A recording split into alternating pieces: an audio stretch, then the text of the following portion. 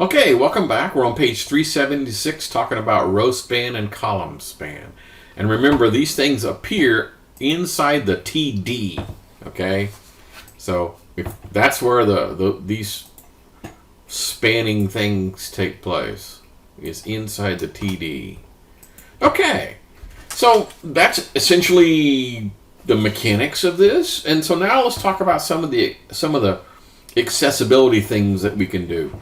If you're doing a reader and you're trying to look at this, if just thinking out loud, okay, if you're reading, you would read 1, 2, 3, red paint 1 gallon, $12, 2, $24, 2, 3, 4. And you go, wait a minute, what is what? I mean, is 2, 3, 4 some extended price over here?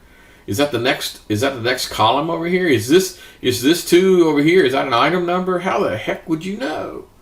So the screen readers have to be able to say something like item number 12, description red paint, unit price 12, quantity 2, extended price. It has to repeat those words over and over again in order for have this to have any real chance of being accessible. Okay, so the way you do that is several things. There's a header attribute. So headers plural. I know this is kind of odd. Headers plural. So I want to be able to have each one of these TDs match up to something up here. Okay, so inside here, I'm going to create an ID tag.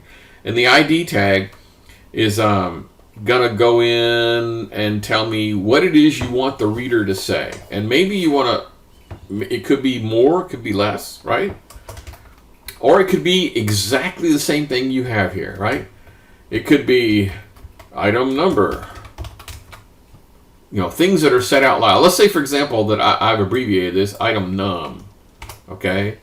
And maybe I've got this one, shortened up. But when it's read out loud, I want it to be the full thing. I want it to be description, because descript doesn't mean anything if you're saying it out loud. Okay, so sometimes these are different. In our particular case, there's not going to be that many of them. So, hey, I'm going to do this one with item with a pound sign. So I could say, instead of saying item pound, it's going to say item number. Okay, so all the rest of these are really going to be identical. This is what you want the thing to say. Okay, cool. Quantity.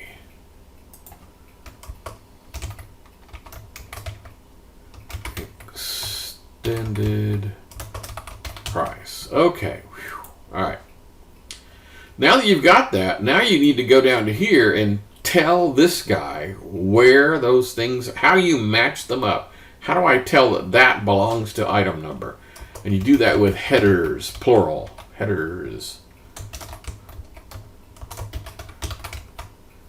Okay, now if you're looking at this going, oh man, that's an awful lot of typing.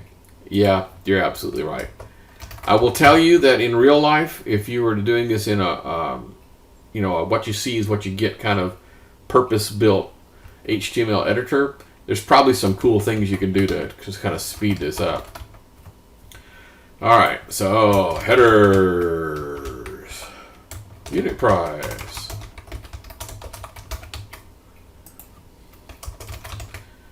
headers, quantity,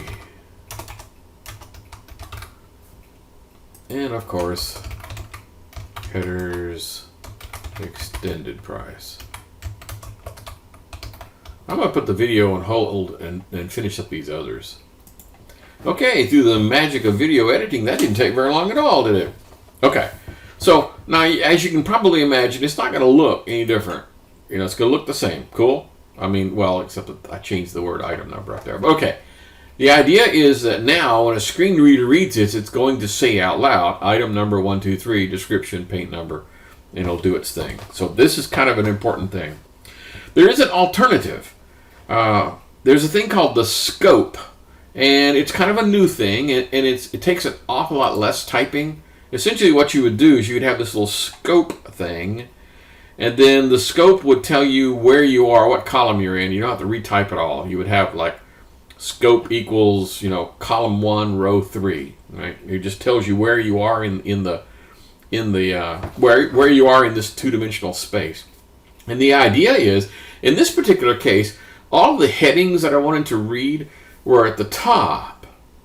Well, what if I actually had a heading going vertically, right? So 2 headings, a heading across the top and heading going this way. Well, this technique is just not going to work. So this scope technique came out. Now, I'm not going to demo it. It's in the book. And if you read a little closer, it actually says this is relatively new. And most of the screen readers that are out there don't handle this all this well. And so they're recommending that you learn this and kind of get familiar with it, but don't use it just yet. Give it another year, and we won't be doing all this duplicate stuff. We're going to be using the scope thing instead. So scope is a fantastic alternative. It's going to save you some time and energy by just basically locating where in the two-dimensional space is red paint 1 gallon. In this case, it would be what, 2 and 2? Yeah, so it'd be just say scope 2, 2. Cool. All right. Eventually we'll get there, but not right now. Okay, so now I want to go in and do some styling. So on page 380, we're going to use CSS to style this thing. Yet another table, 8.4, with one heck of a lot of obsolete stuff.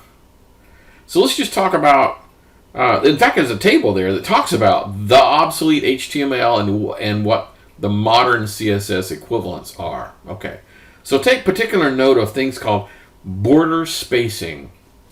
Okay, and border collapse. I'm going to do a border collapse here.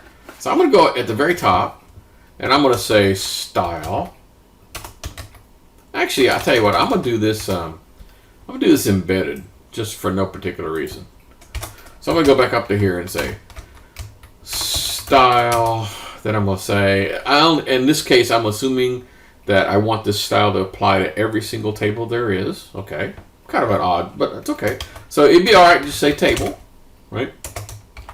Then I'm going to say border collapse.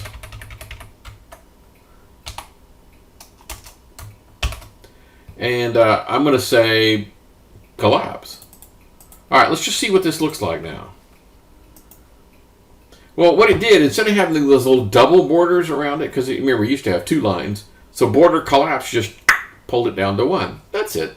That's all the border collapse is. Just makes the double lines go to 2.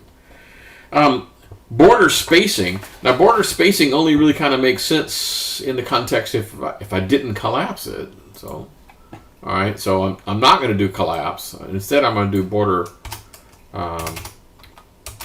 border spacing. And here, I'm going to go in here and say, I don't know, let's do 5 pixels. Okay, now again, this only makes sense in the context of, having 2 borders. You could call this like an interior border and exterior border. I don't know what you want to call it, but basically it's 2 sets of lines. Okay, so those are pretty straightforward, the border spacing and border thing. The next one is vertical align. I'm going to need some spacing here to make that work. Remember we tried to use vertical align like in the header? Remember that? Like we were doing the page layout in some previous chapters, and I have a heading across the top, and I made it like 100 pixels tall, and I wanted the text to appear vertically centered, and vertical center CSS didn't work. And if you scratch your head going, hey, how come it didn't work? It wasn't designed for that. It was designed for tables. And so in this particular case, I guess I'm going to have to do another one of those spans to make this work. All right, so give me just a second to make no, wait. Is this going to be a column span if I want to go up and down? No. It's going to be a row span. Try again later. That is annoying. Okay. Oh, I didn't really mean to put it in the header. Hang on a second. Let me fix that. Let me put it here. And I'm going to comment this guy out, so otherwise it wouldn't make any sense. All right, so let me just run this to make sure that I've got my spanning work. So right now, vertical spanning, it looks like it's on center. Okay, cool. So let's fix that. I'm going to go to this. I'm not going to use embedded here. I'm going to go and do internal. So right in here, I'm going to say style. vertical align, and then I will say, I don't know, top, middle, something like that. I'm going to say top. So we're going to run this again. And ta-da, instead of being centered, it's at the top. Okay. So that's one of the attributes you can do. I'm going to undo this because I'm trying to make this sample come out halfway decent. So I'm going to undo all that. Okay. The next thing is the caption side. Remember we talked about the caption up here? I could go in here and tell the table, okay, I want the caption side, and what side do I want? I want it at the bottom, for example. So let's do that. Let's just go right here and say style, caption side, and how about bottom? All right, one more time. And ta-da! The caption is down there at the bottom. Okay. Let me undo some of the crazy things that I did. Let me get rid of that row span thing. I forgot that I had that on there. All right, let me get this. Make sure this thing is halfway looking normal. Yay! Well, let's get rid of this, the border spacing too, because that kind of sucks. All right. So those are some cool attributes. Now, those are kind of the new ones. But the normal, everyday ones, for example, let's say I want the THs, okay? I want the THs to have a different background color, right? So it's perfectly okay to go in here and say TH, and then background color, right? Background color. And let's use a light gray. Okay, let's try that, see what that looks like. And ta-da! That actually is my preferred table thing. Okay. Kind of makes sense. So, the new ones, the border spacing, border collapse, vertical align, and caption side, they work just about the way you'd expect. But all the rest of them do. There are some unusual things that we may have to do in just a minute. Okay. So on page 382, they introduce a new thing, what's called a structural pseudoclass. And structural pseudoclass is kind of weird. If you look on page that table 8.5 on page 383, they talk about one that's called first of type, first of child, last of type, last of child, and nth of type. Like, what on earth are they talking about? Well, I'll tell you what. An easy way to make this thing happen is if I grab... I have to get a few more rows here. Okay. I guess I'll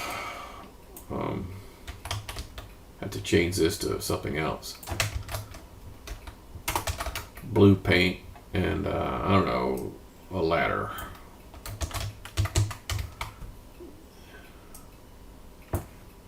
And ladder cost me, I don't know, $60. And I only want one of them. I guess it really shouldn't matter about getting the price here. Okay. Now one more time. Let's just view this before I do that. Okay. So a lot of people like what's called alternate striping. And the idea is if you had a really big table, and particularly if it's really long, you know, it's tough for your eyeball to kind of follow across without necessarily getting lost on what row you're on. So there's a cool technique where you can go in and say, I want every other row to have a different background color. Okay? So it's just be like striping. You don't want to make all of them that color. You just want to have every other one. And you've guys seen this, like in the old days we had green bar paper, right? It's the same thing. It's just the idea of some sort of visual thing that sets this apart. Okay, once again, we're coming up on the 15-minute mark. So we'll pick this up again in just a few.